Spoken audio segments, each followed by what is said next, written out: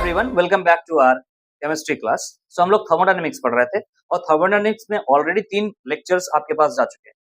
उन 3 लेक्चर्स में जो भी थ्योरी हमने कवर किया, उन थ्योरीज के क्वेश्चन किस तरह से एग्जाम में आ सकते हैं, उनको हम डिस्कस करेंगे। एकदम बेसिक लेवल से स्टार्ट होगा। जो थ्योरीज हमने पढ़ा है उसके साथ-साथ मैं आपको बता दूं, इंटरनल एनर्जी भी पढ़ लिया है और इंटरनल एनर्जी का मैथमेटिकल इक्वेशन भी पढ़ लिया है। मतलब सारे क्वेश्चंस हम यहाँ कवर करेंगे, थ्योरेटिकली भी और साथ में न्यूमेरिकल भी बनाएंगे इंटरनल एनर्जी से। तो पहले आपके स्क्रीन में सवाल आएगा, आप उन सवालों को पहले खुद सॉल्व करने का कोशिश कीजिएगा और उसके बाद हम यहाँ सॉल्यूशन करेंगे, मैच कर सकते हैं अगर कहीं डाउट हो तो, नहीं तो सीधा नेक्स्ट क्वेश्चन में आगे। पहला क्वेश्चन आपके सामने आ रही है, which of the following is or are extensive property. तो किसी सिस्टम का एक्सटेंसिव प्रॉपर्टी किसको कहते हैं हम लोग? तो पहला सवाल का जवाब हम देने जा रहे हैं। ऑप्शन आपके सामने आ रहा है, दिख रहा है। तो पहले यही बात क्लियर कर लें कि एक्सटेंसिव क्या होता है। एक्सटेंसिव का मतलब जो अमाउंट ऑफ सब्सटेंस पे डिपेंड करे, अमाउंट ऑफ सब्सटेंस पर क्या करे, डिपेंड करे। इस बात को ध्यान रखिएगा, अमाउंट ऑफ सब्सटेंस पे डिपेंड करे। बहुत सारे चीजें पढ़ने के बाद ना ऐसा होता है, तो ध्यान रखिएगा, आपको बहुत सारा चीज नहीं पढ़ना है, जितना आपका सिलेबस में है उतना पढ़ना है। क्यों कह रहे हैं? ये वाला चीज बार बार इंटेंसिव होगा, ऐसा दिमाग में आ जाता है।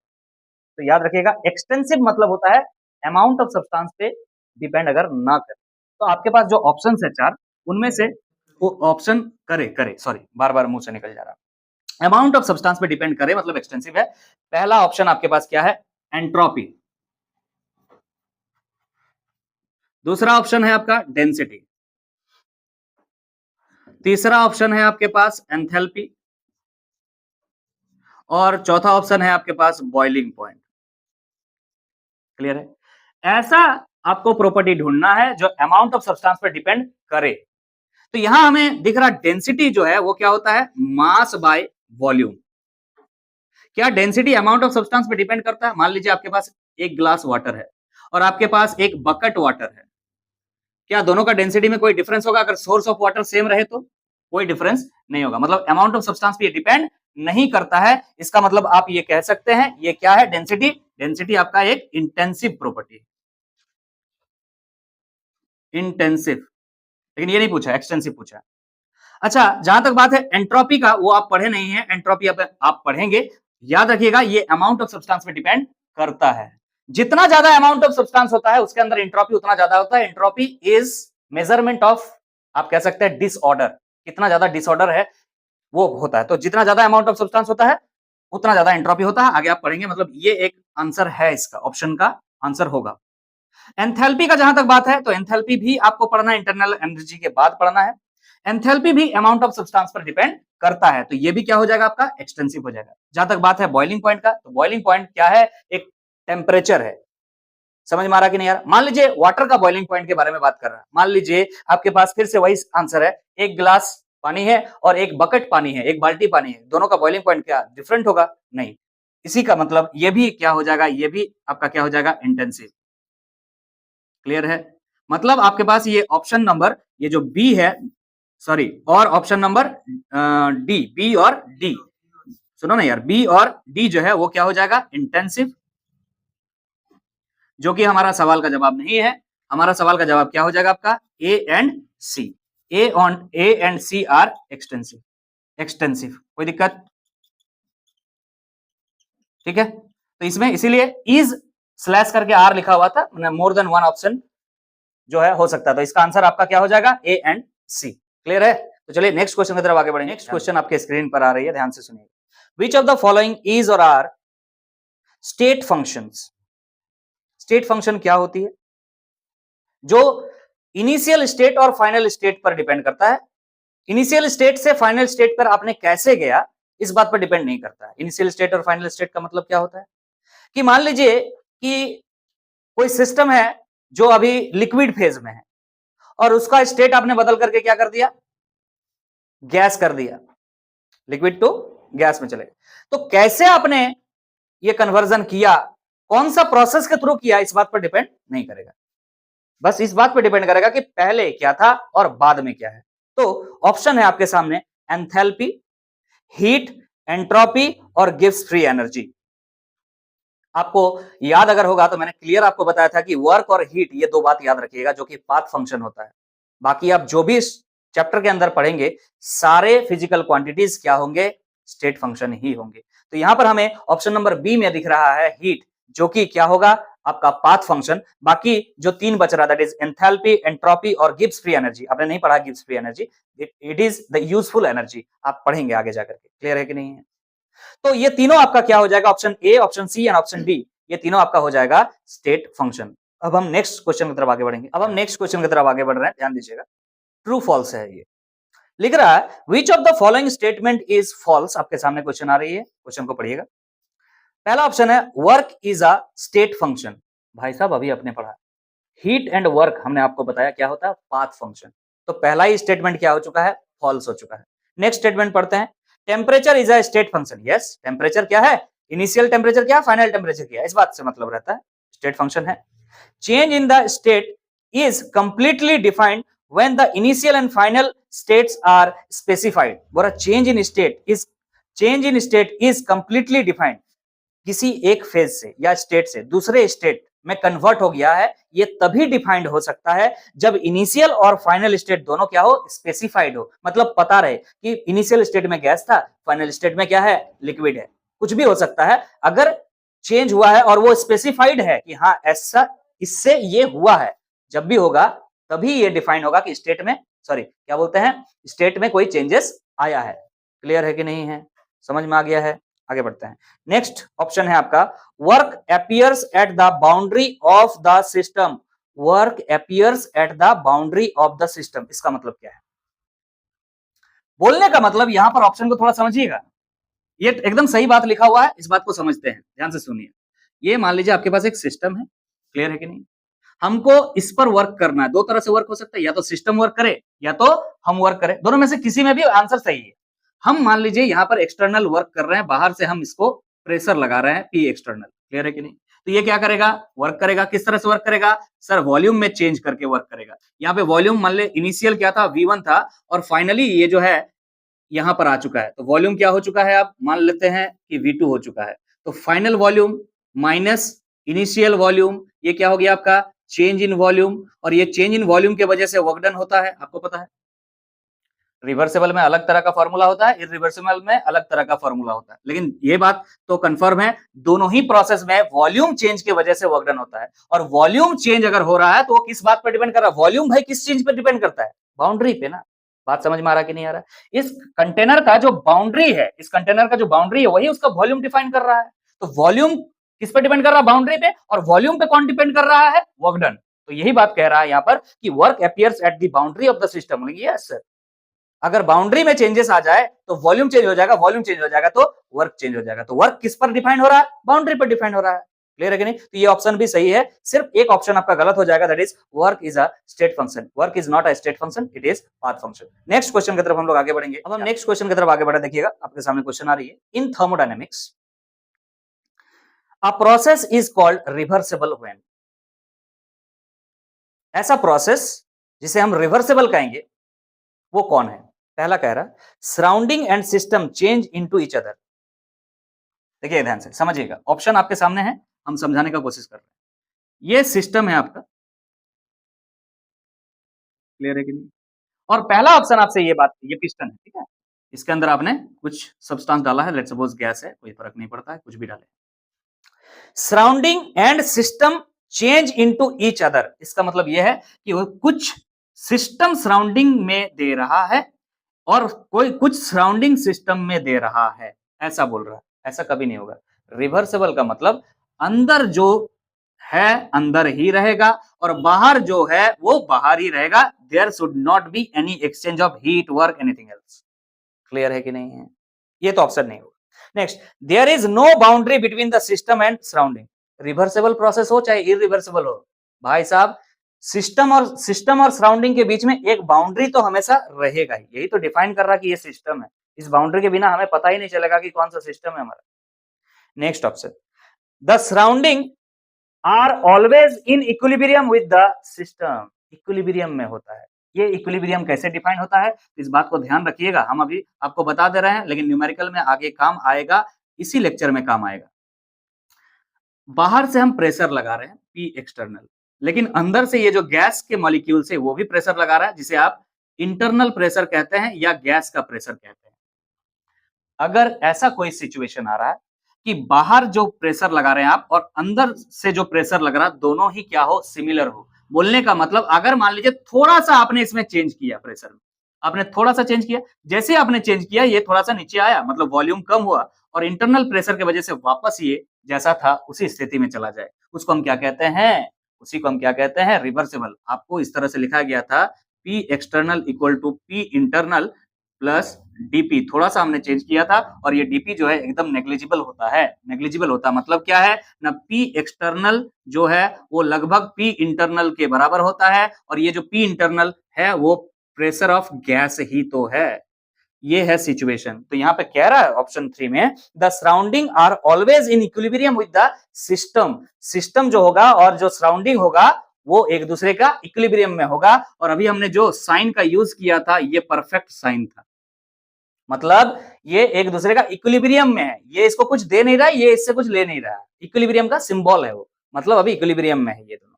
मतलब जो सिस्टम का टेम्परेचर है जैसा था वैसा है, वॉल्यूम जो था वैसा है, प्रेशर जो था वैसा है, आपने कुछ चेंज इसमें नहीं किया है। तो ये ऑप्शन हमारे हिसाब से सही हो जाएगा। ऑप्शन डी भी पढ़ लेते हैं। The system changes into the surrounding spontaneously. बोल रहा सिस्टम के अंदर जो चीजें हैं वो बाहर की तरफ जा रही है, सराउंडिंग में जा रही है, ऐसा थोड़ी होता है, कुछ भी नहीं, बाहर से भी अंदर नहीं आएगा, अंदर से भी बाहर नहीं जाएगा। ये बात पहले ही कर चुके हैं। तो option C must be the correct answer of this question. अब हम लोग क्या करेंगे, अब हम लोग जो इंटरनल एनर्जी हमने पढ़ा है उस इंटरनल एनर्जी के छोटे सवाल से स्टार्ट करेंगे। यहां तक जो 4 सवाल हमने कवर किया ये थ्योरेटिकल सवाल है, इस टाइप के सवाल पूछे जा सकते हैं 1 नंबर के लिए। इंटरनल एनर्जी जो सवाल है वहां से भी हम छोटे छोटे क्वेश्चन पहले कराएंगे, फिर हम अच्छा क्वेश्चन की तरफ आगे बढ़ेंगे। अब हम इंटरनल एनर्जी से रिलेटेड कुछ क्वेश्चन आपके सामने रखेंगे। आपके सामने क्वेश्चन है, देखिएगा। If 5 joule are taken away by heat from the system and the system does 5 joule of work, what is the change in internal energy of the system? Option आपके सामने है।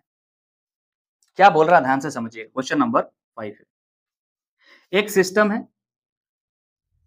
और ये कहा जा रहा है क्लियरली कि 5 joule are taken away by heat from the system. इस सिस्टम से आप 5 जूल हीट बाहर निकाल रहे हैं।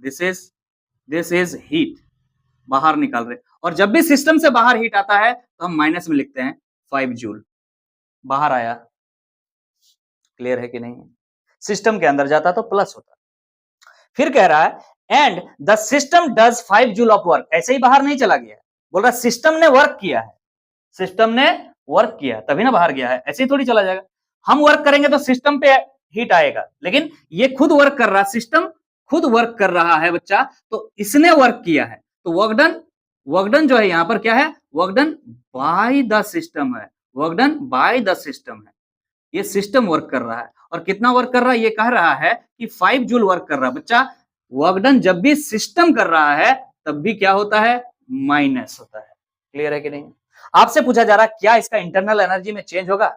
हाँ सर, इंटरनल एनर्जी जो था उससे बदल चुका है, क्योंकि इसमें दोनों का ही पार्टिसिपेशन है। और change in internal energy equal to आपने पढ़ा है Q प्लस W। तो सिंपल चीज है, Q का वैल्यू दिख रहा है -5 जूल प्लस वर्क डन का वैल्यू दिख रहा है -5 जूल, तो यहाँ माइनस ही लिख देते हैं, दोनों को ऐड कर दीजिएगा, कितना आ जाएगा -10 जूल। तो ऑप्शन ए में आपका -10 जूल जो है दिया हुआ है। Option A is the correct answer of this question. तो ये एक छोटा सा सवाल था, धीरे धीरे हम लोग क्वेश्चन को लेवल को टफ करते हुए चलेंगे। नेक्स्ट क्वेश्चन आपके स्क्रीन पर आ रही है, ध्यान से सुनिएगा। 160 joule of work is done on the system and at the same time 100 joule of heat is given out. Okay, what is the change in internal energy? Option नहीं है, simple सवाल है, अभी आपने बताया। क्या बोल रहा है यहाँ पर, एक सिस्टम है, इस सिस्टम पर आपने क्या किया है, वर्क किया है, मतलब इस सिस्टम पर वर्क किया है, work done on the system है, ऑन द सिस्टम है। और जब भी ऑन द सिस्टम होता है तो वो वर्क डन क्या होता है, पॉजिटिव होता है। और यहां पर बोला गया है कितना है, 160 जूल जो है आपने इस पर वर्क किया है। क्लियर है कि नहीं? ठीक है, इसका रिजल्ट में क्या हुआ है ये बात बता रहा है। On the same time 100 joule of heat is given out, given out मतलब इससे बाहर निकला है, वर्क आप इस पर कर रहे हैं और लेकिन ये सिस्टम हीट बाहर निकाल दे रहा, कितना 200 जूल बोल रहा है, निकाल दे रहा। सो Q इज 200 जूल, 200 जूल। लेकिन यहां पर Q का वैल्यू क्या प्लस में लेंगे कि माइनस में लेंगे बच्चा? सिस्टम से बाहर आ रहा है तो माइनस होगा, 200 जूल माइनस में हमने ले लिया। आपको क्या बोला जा रहा है यहाँ पर, क्या बोला जा रहा है? सिंपल 100 जूल बोला है, ओके 100 जूल कर लीजिए, कोई दिक्कत नहीं, वो डाटा के ऊपर है। 100 जूल है, यहाँ पर क्या हो जाएगा 100 जूल। आगे बात करते हैं, क्या बोल रहा है? चेंज इन इंटरनल एनर्जी निकालिए। इंटरनल एनर्जी में इस सिस्टम का चेंज आएगा और वो इंटरनल एनर्जी में चेंज कुछ और नहीं, Q प्लस W होता है। Q आपको दिख रहा है -100 और प्लस वर्क कितना है 60 है, तो यहां से इसको कैलकुलेट कीजिएगा तो कितना आ जाएगा 60 जूल। तो ये आंसर क्या आएगा 60 जूल, इसका आंसर आएगा। चेंज इन इंटरनल एनर्जी, पहले जो भी इंटरनल एनर्जी था उससे 60 जूल एनर्जी बढ़ चुका है। प्लस में आने का मतलब है इंटरनल एनर्जी में इंक्रीमेंट हुआ है। माइनस में आने का मतलब क्या था? अभी जो क्वेश्चन देखे थे माइनस में आया था ना, तो माइनस में आने का मतलब क्या था? डिक्रीज हुआ, इंटरनल एनर्जी में डिक्रीज हुआ है। क्लियर है कि नहीं? चलिए नेक्स्ट क्वेश्चन की तरफ आगे बढ़ेंगे। नेक्स्ट क्वेश्चन आपके स्क्रीन पर आ रही है, if change in internal energy -80 joule, मतलब इंटरनल एनर्जी क्या हुआ है? डिक्रीज हुआ है। कितना डिक्रीज हुआ? -80 joule. Okay, the work done by the system, work done by the system क्या लिखा है? Is -40 joule. Okay, calculate the heat change, कितना हीट में इसमें चेंज हुआ है ये निकालना है। तो सबसे पहला बात, ये change in internal energy is equal to होता है हीट में जो चेंज हुआ है आपका और प्लस वर्क डन। यहाँ पे change in internal energy -80 joule आपको दिया हुआ है और हीट में चेंज आपको निकालना है। वर्क डन यहाँ पर दिखा हुआ है -40, work done by the system है, work done by the system है, मतलब आपको क्या लेना पड़ेगा? माइनस में लेना पड़ेगा। तो हम यहाँ लिख रहे हैं -40 जूल।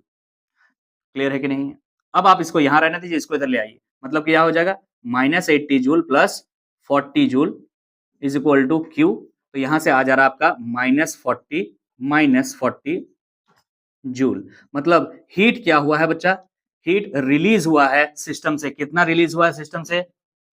-40 जूल। समझ में आ रहा? माइनस में आया मतलब हीट रिलीज हुआ है सिस्टम से, कितना? -40 joule. So this is the answer of this question. चलिए अब हम एक काम करते हैं, नेक्स्ट क्वेश्चन की तरफ आगे बढ़ेंगे। नेक्स्ट क्वेश्चन आपके सामने आ रही है, ध्यान से देखिएगा। थ्योरेटिकल क्वेश्चन है बट कॉन्सेप्चुअल है, क्योंकि बड़े बड़े सवालों में ये कॉन्सेप्ट अप्लाई होता है ये छोटा क्वेश्चन, लेकिन यही चीज बड़ा क्वेश्चन में लगा करके आपको उलझा दिया जाता है। क्या पूछ रहा है देखिए, if the external pressure is more than the internal pressure. एक सिस्टम है, एक सिस्टम है जिसमें क्या बोला जा रहा है? एक्सटर्नल प्रेशर जो है P एक्सटर्नल वो ज्यादा है इंटरनल प्रेशर के कंपैरिजन में। मतलब क्या है? P external is more than P internal.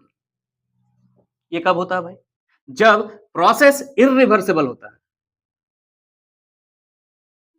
ये तो आपको पता है, प्रोसेस इरिवर्सिबल है तब ये होगा कि एक्सटर्नल प्रेशर जब एक्सटर्नल प्रेशर ज्यादा हो जाएगा इंटरनल प्रेशर से। इस सिचुएशन में क्या होगा सर? वॉल्यूम चेंज होगा और वॉल्यूम क्या होगा? धीरे धीरे घटेगा। वॉल्यूम घटेगा मतलब यहां पर जो चेंज इन वॉल्यूम है जिसे आप क्या लिखेंगे? V2 माइनस V1, जिसका आंसर क्या आएगा? माइनस में आएगा। बोलिए क्लियर है कि नहीं? हाँ कि ना? और वर्क आपसे पूछा जा रहा है ना, नेक्स्ट सवाल आप देखिएगा क्या पूछ रहा है? What will be the sign convention for the work done on the cylinder fitted with a frictionless and weightless piston containing 1 mole of ideal gas. इसके अंदर में कितना गैस है? 1 मोल है, आइडियल गैस है। ये जो आपको दिख रहा है पिस्टन, ये फ्रिक्शनलेस है और वेटलेस है, ये मान लिया गया है। तो यहाँ जो वर्क डन होगा उसका साइन कन्वेंशन क्या होगा? पॉजिटिव होगा, नेगेटिव होगा, ये पूछा जा रहा है। क्लियर है कि नहीं? असल में यहां पर आप अगर देखें तो कॉम्प्रेशन हो रहा है। क्या हो रहा है? कॉम्प्रेशन हो रहा है, कोई दिक्कत नहीं है, कॉम्प्रेशन हो रहा है। एक्सटर्नल प्रेशर इज मोर, मतलब क्या होगा? धीरे धीरे कॉम्प्रेशन होगा। कॉम्प्रेशन होगा तो चेंज इन वॉल्यूम क्या आ जाएगा? नेगेटिव आ जाएगा। फाइनल वॉल्यूम कम आएगा इनिशियल वॉल्यूम से।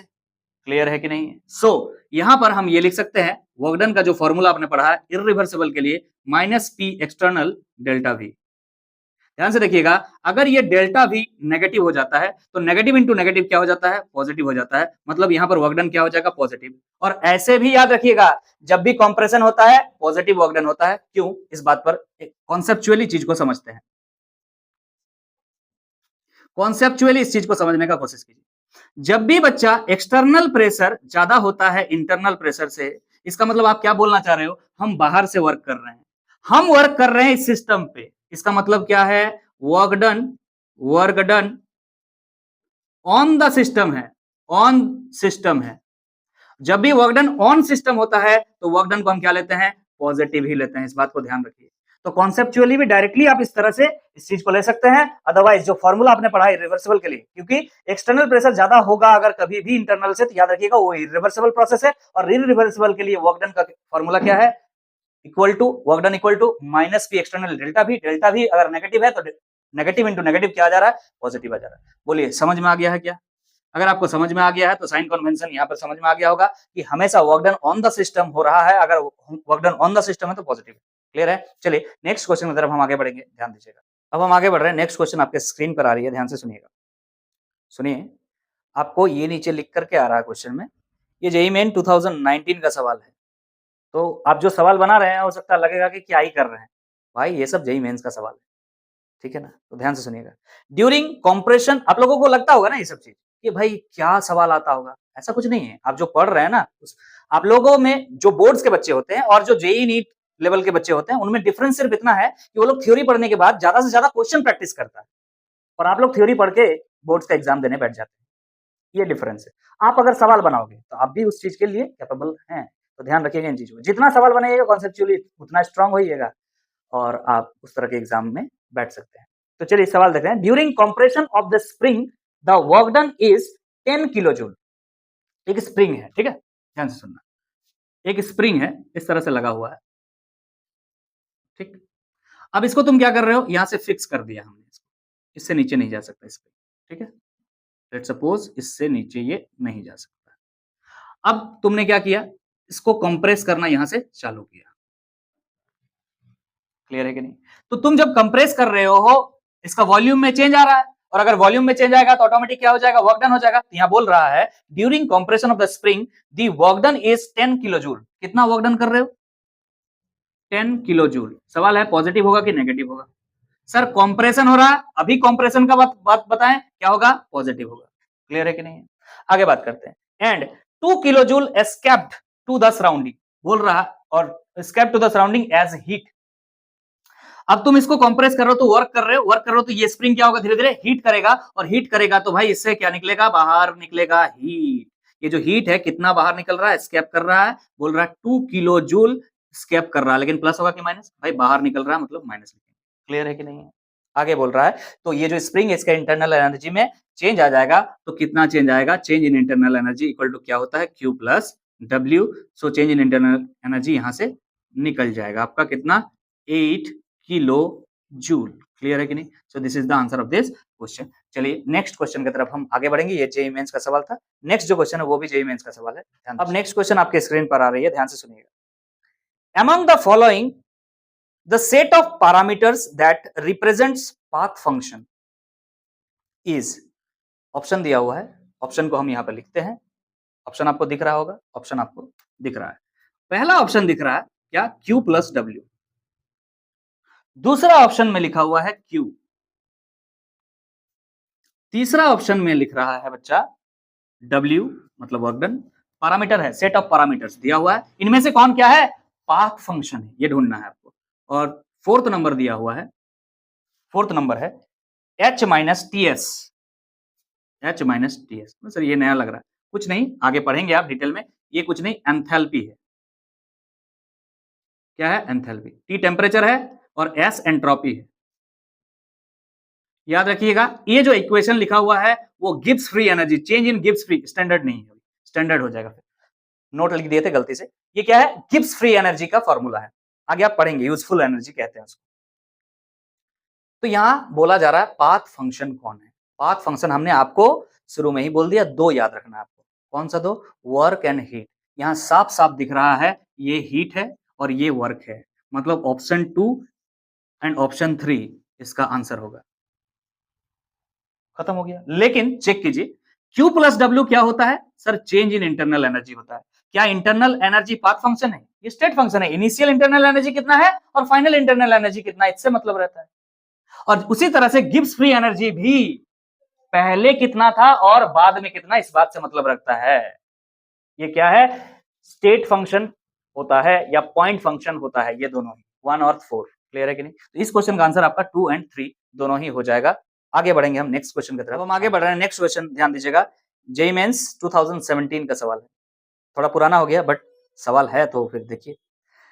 Delta U is equal to, माने change in internal energy is equal to, option है isochoric work, isobaric work, adiabatic work और आइसोथर्मल वर्क। क्या आपको नहीं पढ़ाया गया? इंटरनल एनर्जी में चेंज आप कैसे कर सकते हो? आप कह रहे हो इंटरनल एनर्जी में चेंज करना है, तो आपके पास दो मेन तरीके हैं। एक तो तरीका है कि सब्सटेंस का क्वांटिटी को आप चेंज कर सकते हो, उसको छोड़ करके दो चीजें हैं, या तो आप हीट का एक्सचेंज करोगे या तो वर्क करोगे, या तो सिस्टम को अलाउ करोगे वर्क करने या हम सिस्टम पर वर्क करेंगे, यही है, यस और नो। यहां पर बोल रहा है आइसोकोरिक प्रोसेस। आइसोकोरिक प्रोसेस का मतलब क्या है? आइसोकोरिक वर्क डन क्या है? आइसोकोरिक का मतलब क्या होता है? वॉल्यूम चेंज ना हो। अगर वॉल्यूम चेंज नहीं होगा तो भाई साहब वर्क डन क्या हो जाएगा? जीरो हो जाएगा। इसका मतलब चेंज इन इंटरनल एनर्जी किसके बराबर हो जाएगा? हीट के बराबर हो जाएगा। तो यहां पर आइसोकोरिक प्रोसेस में क्या change in internal energy work के बराबर है? नहीं, ये तो हीट के बराबर है। आइसोकोरिक प्रोसेस में क्या होता है? Change in internal energy heat के बराबर होता है। क्लियर है? दूसरा में आते हैं आइसोबैरिक प्रोसेस। आइसोबैरिक प्रोसेस का मतलब क्या होता है? Change in internal energy equal to, हम लिख रहे हैं मेन जो फॉर्मूला है डब्ल्यू, ठीक है। आइसोबैरिक प्रोसेस मतलब प्रेशर क्या हो चुका है? कांस्टेंट, ठीक है कि नहीं बच्चा? यहां पर क्या कांस्टेंट था? वॉल्यूम क्या था? वॉल्यूम क्या था? कांस्टेंट था। आइसोबैरिक वॉल्यूम कांस्टेंट था, और वॉल्यूम कांस्टेंट था, इस वजह से वर्क डन जीरो हो गया था। यहां आइसोकोरिक प्रोसेस है, आइसोबैरिक प्रोसेस है, मतलब प्रेशर कांस्टेंट है। अगर प्रेशर कांस्टेंट है तो क्या वर्क डन नहीं होगा? वर्क डन होगा। इससे क्या फर्क पड़ता है? मतलब जो चेंज इन इंटरनल एनर्जी है वो किसके बराबर होगा? Heat plus work done. Clear है कि नहीं है? आगे बात करते हैं एडियाबैटिक वर्क। एडियाबैटिक वर्क में क्या होगा? Q प्लस डब्ल्यू हम लिखते हैं, उसके बाद हम देखेंगे कि क्या हो रहा है। एडियाबैटिक प्रोसेस में क्या होता है बाबू? हीट का एक्सचेंज नहीं होता है। अगर हीट का एक्सचेंज नहीं होता है तो आप कह सकते हैं यहां पर ये जीरो हो जाएगा। मतलब चेंज इन इंटरनल एनर्जी किसके बराबर हो जाएगा? Work done. और वो भी कौन सा वर्क डन? हम बोल रहे हैं हीट अगर जीरो है तो एडियाबैटिक वर्क डन। हमको तो सुटेबल लग रहा है, यही ऑलरेडी पढ़ा भी चुके हैं। क्लियर है कि नहीं है?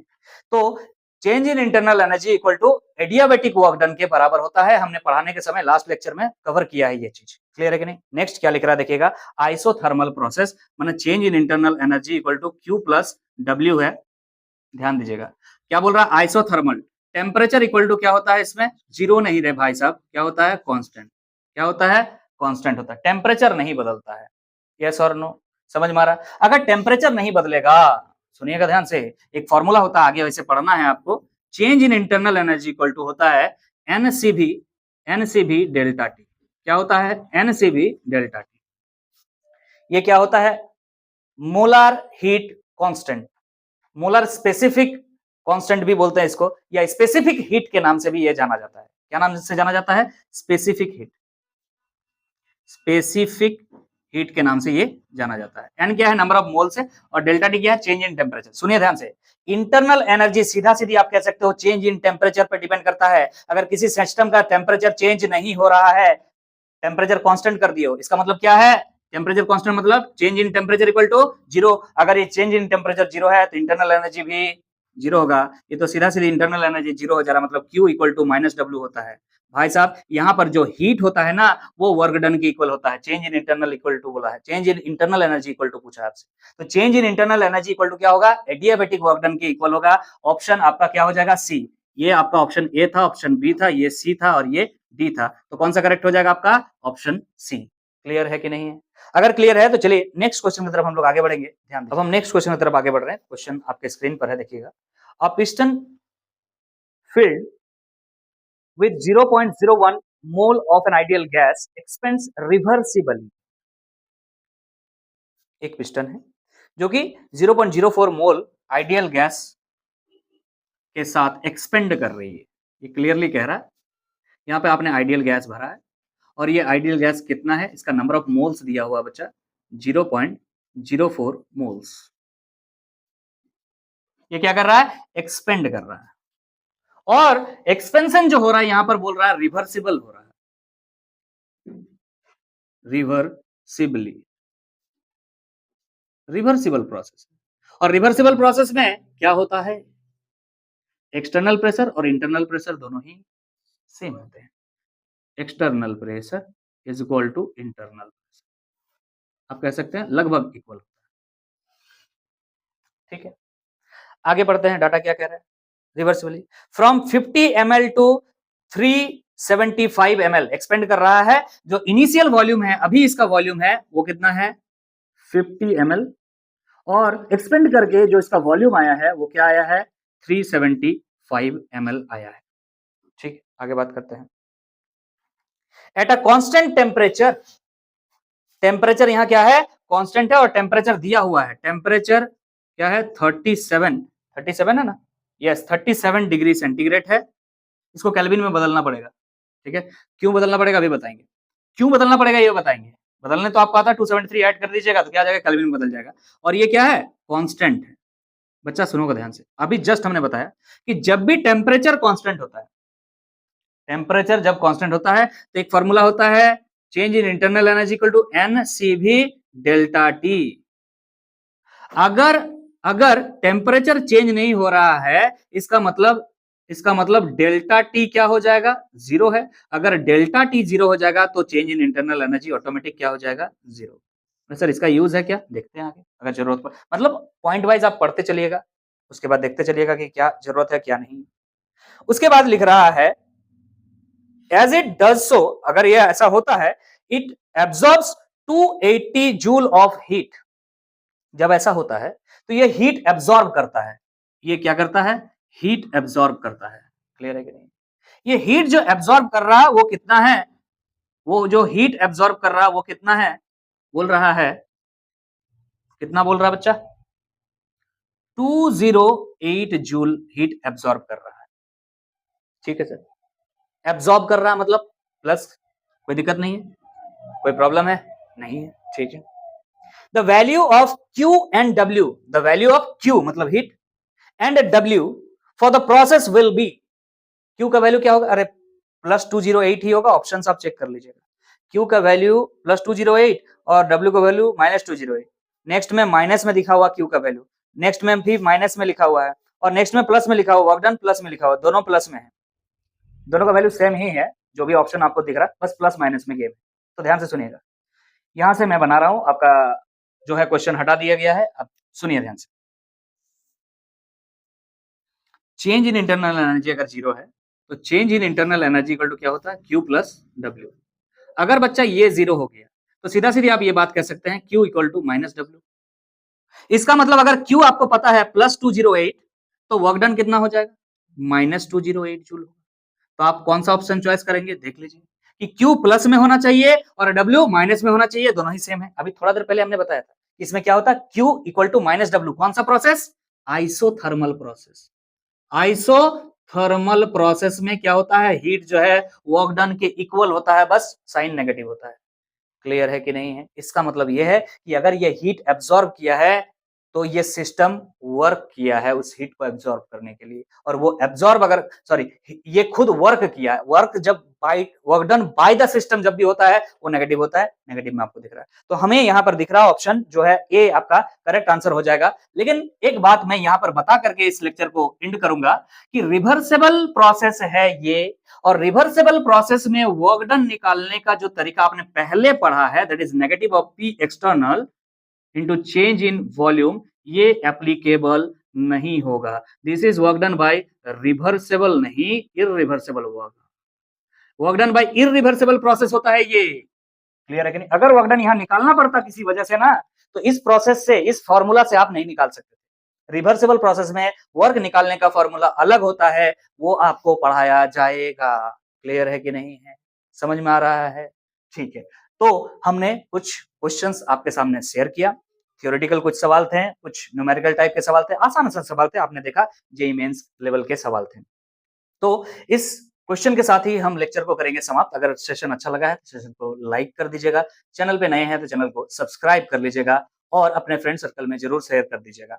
मिलते हैं नेक्स्ट वीडियो में, तब तक के लिए अलविदा, thank you so much, signing off.